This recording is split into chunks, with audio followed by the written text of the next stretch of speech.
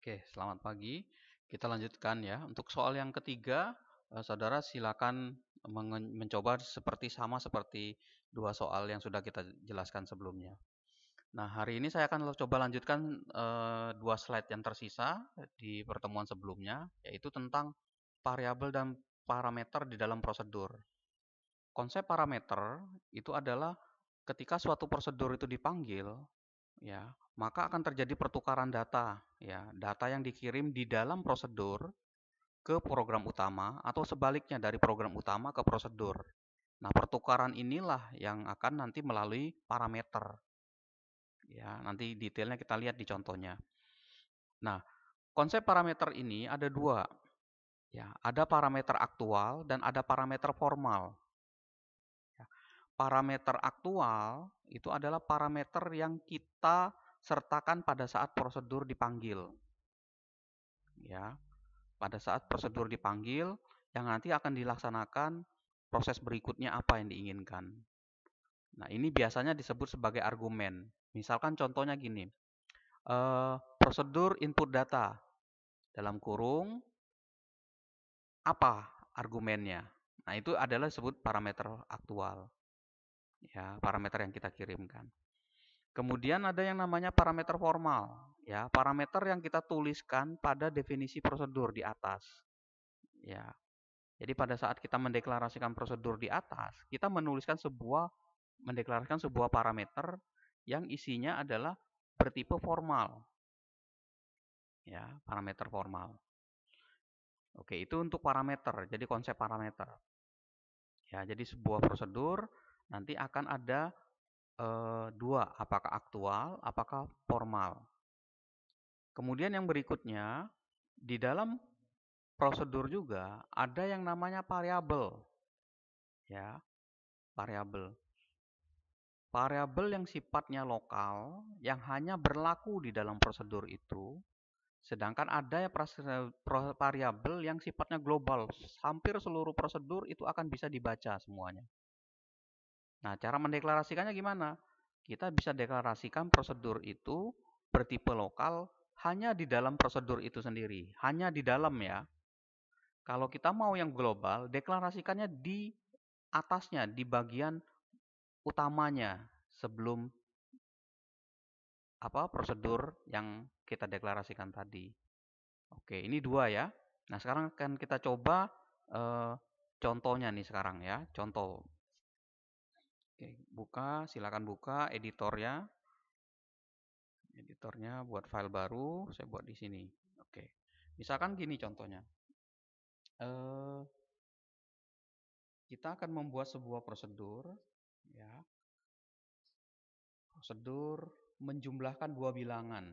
Ya, program prosedur ya jumlah dua bilangan. Oke. Saya deklarasikan prosedur prosedur katakanlah input bilangannya, input bilangan. Oke. Bilangannya apa yang mau kita inputkan? Begin and. Oke. Nah, sekarang perhatikan yang ada di sini tadi, parameter dulu yang kita lihat. Tadi yang dikatakan sebagai parameter itu adalah bagaimana cara kita untuk melakukan pertukaran data yang dikirim. Ya, pertukaran data. Nah, saya buat prosedur yang pertama input bilangan ini. Ya. Oke. Sekarang saya tulis di sini, di ujungnya ini ada var, katakanlah A, B. Saya tulis seperti ini. Ini bertipe integer. Oke. Ya. Kemudian saya tulis seperti biasa, write untuk menginput bilangan. Ya, ketik bilangan pertama apa nilainya. Oke. Sorry, ini pakai read ya. Read line A. Oke. Write ketik bilangan 2 berapa nilainya. Kasih spasi sedikit di sini biar tidak nempel dengan sama dengan readline B. saya save dulu. Ini prosedur, sorry, ini parameter ya, 1. Oke. Kemudian saya panggil di sini begin end. Nah, program utamanya ya, saya panggil di sini. Terus kemudian saya clear screen biar output yang sebelumnya bersih, kemudian biar hasilnya langsung bisa kelihatan. Oke, read key ya, read key ya, bukan read key. Oke, saya panggil prosedurnya. Nah, input bilangan ya.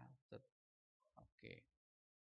Nah, yang dikatakan sebagai parameter formal ya, parameter formal. Oke. Bisa klik dulu di sini. Oke. Nah, yang kita sebut sebagai parameter formal itu adalah ini. Ini. Oke, bayar bagus ya. Ini jangan pakai ini ya. Kita skip dulu. Oke, ini. Nah, yang kita sebut sebagai parameter formal ini. Ya, parameter formal yang kita deklarasikan pada saat menulis sebuah prosedur yang di dalam tanda kurung buka dan kurung tutupnya. Ya. Seperti itu. Ya, ini yang kita sebut sebagai parameter formal. Ya, oke, paham ya? Nah, sekarang yang parameter aktual gimana? Oke, sekarang saya tulis gini. Saya rubah dulu. Saya deklarasikan sebuah variabel di sini. Di sini var, katakanlah namanya beda. Di sini ada bilangan 1, bilangan 2. Ini tipenya integer. Oke. Oke, ini saya bilangan bil 1, ini bil 2. Oke. Kita coba run dulu, jalan nggak dia, sukses nggak? Oke, sukses. Ya. Oke, saya coba run.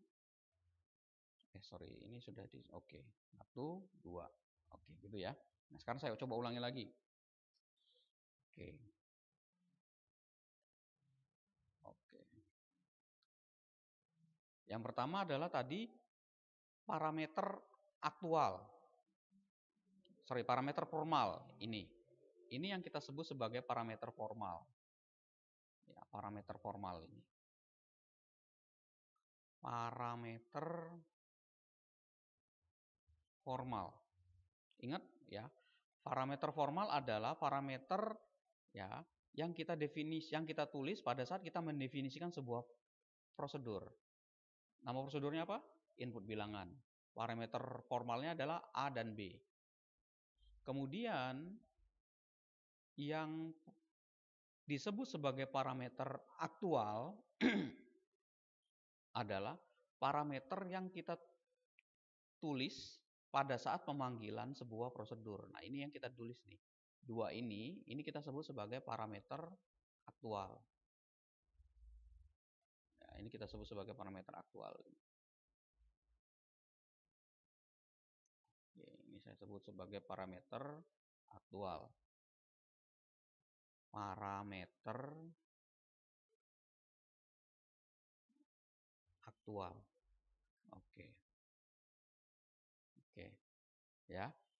Jadi parameter aktual. Nah, sekarang berikutnya ya. Jadi bedanya ya. Jadi parameter aktual itu adalah parameter yang digunakan pada saat kita memanggil prosedur itu. Sedangkan yang kedua, parameter formal adalah parameter yang kita deklarasikan pada saat membuat sebuah prosedur. Nah, konsep tadi yang di awal yang disebut sebagai konsep parameter itu terjadinya pertukaran data. Di posisi mana pertukaran data? Pertukaran data itu terjadi di poin ini. Nih. Pada saat saya memanggil prosedur ini, ya, bilangan 1 ini akan ditukar isinya dengan A. Bilangan 2 ini akan terisi oleh bilangan B. Seperti itu. Nah, ini yang kita sebut sebagai pertukaran. Awalnya namanya bilangan 1, terus pada saat dipanggil prosedur, itu jadi A. Ya, jadi A. Ini yang kita sebut sebagai parameter aktual dan parameter formal. Oke, sampai sini paham?